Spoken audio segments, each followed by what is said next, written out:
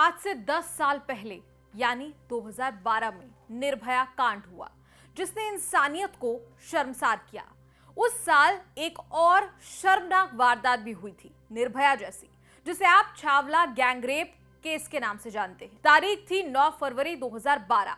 एक 19 साल की बच्ची के साथ गैंगरेप होता है, हत्या होती है। मामले के 2 साल बाद फरवरी 2014 दिल्ली की एक अदालत 3 लोगों को दोषी ठहराते हुए मौत की सजा सुनाती है। आरोपी इस सजा को दिल्ली हाई कोर्ट में चुनौती देते हैं। 26 अगस्त 2014 दिल्ली हाई कोर्ट मौत की सजा बरकरार रखता है। कहता है कि ये शिकारी थे जो सड़कों पर घूम रहे थे और शिकार की तलाश में थे। फिर दोषियों ने सजा के खिलाफ सुप्रीम कोर्ट में अपील की। 7 नवंबर 2022 सुप्रीम कोर्ट दिल्ली के हाई कोर्ट का फैसला पलट देता है। मौत की सजा पाने वाले तीनों दोषियों को बाइज्जत बरी कर दिया जाता है। जिन्हें दिल्ली के कोर्ट ने फांसी की सजा सुनाई, उन्हें सुप्रीम कोर्ट बरी कर देता है। सवाल ये कि आखिर फिर किसने 19 साल की बच्ची के साथ दरिंदगी की, कौन है गुनहगार? 10 साल तक हमें यही नहीं पता, क्योंकि सुप्रीम कोर्ट ने दोषियों को बरी कर दिया। सोचिए, सोचना तो यह भी चाहिए कि 9 फरवरी 2012 को उस काली रात को 19 साल की बच्ची के साथ किस तरह की दरिंदगी हुई। कहा जाता है कि निर्भया कांड के अलावा ये दूसरी ऐसी घटना थी जिसमें भयानक दरिंदगी, हैवानियत हुई। आज हम उसी हैवानियत की कहानी आपको बताने जा रहे हैं, ताकि सिर्फ एक रेप केस के नाम पर कोई भी मामला इस तरह गुम ना हो जाए। आप देख रहे हैं न्यूज तक, मैं हूं निधि तनेजा।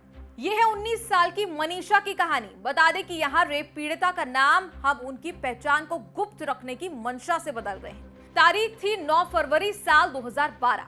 मनीषा असल में तो उत्तराखंड की थी, लेकिन यहाँ गुरुग्राम में साइबर सिटी में काम करती थी। देर शाम हो चुकी थी। अपने कुछ दोस्तों के साथ काम खत्म करके बस घर की ओर लौट रही थी। मनीषा के लिए एक बेहद ही नॉर्मल सा एक रूटीन सा दिन था, घर से ऑफिस, ऑफिस से घर।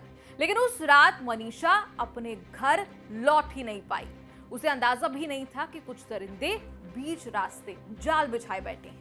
बस में सफर तय करने के बाद मनीषा बस से नीचे उतरती है, तेज कदमों से घर की तरफ चलती है। तभी पीछे से लाल रंग की एक कार उसका रास्ता रोक लेती है। कार में बैठे 3 आदमी मनीषा को जबरन पकड़ते हैं, फिर कार में खींच लेते हैं और उसे अगवा करके अपने साथ ले जाते हैं। दूसरी तरफ मनीषा का घर पर इंतजार हो रहा था। काम से निकली मनीषा घर टाइम पर आखिर क्यों नहीं पहुंची, ये सोच सोचकर परिवार वाले परेशान हो गए। उसे ढूंढने के लिए निकल गए। बहुत ढूंढा, मनीषा नहीं मिली।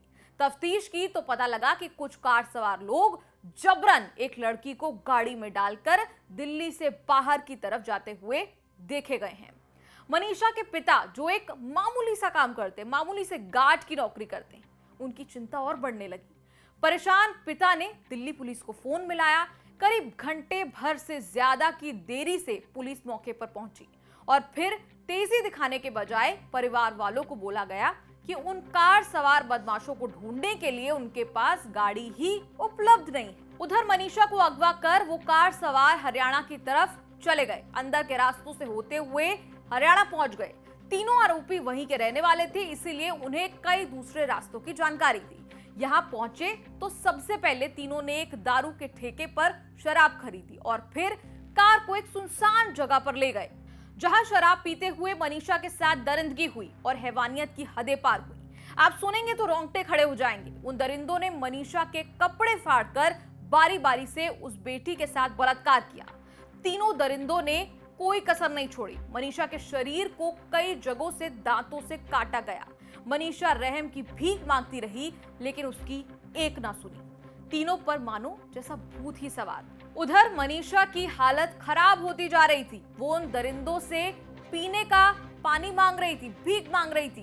पहले तो तीनों उसे कहीं से लाकर पानी पिलाते हैं, लेकिन उसके बाद उनमें से एक आरोपी ने लड़की को मार डालने की बात कही। जिस घड़े से मनीषा को उसने पानी पिलाया, उसी घड़े से उसका सर फोड़ दिया। यही नहीं, इनमें से एक दरिंदा गाड़ी से लोहे का पाना और जैक निकाल कर लाता है।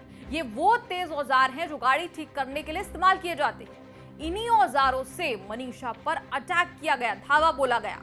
वो तड़पने लगी, तो भी इन हैवानों को उस पर रहम नहीं आया। उसकी बॉडी की पहचान न हो सके, इसके लिए ऐसी बर्बरता की गई कि आप भी सोचेंगे ऐसे भी लोग हमारे बीच में होते हैं। पहचान ना हो सके इसलिए दरिंदों ने गाड़ी के साइलेंसर से दूसरे औजारों को गर्म कर उसके जिस्म को जगह जगह जला दिया।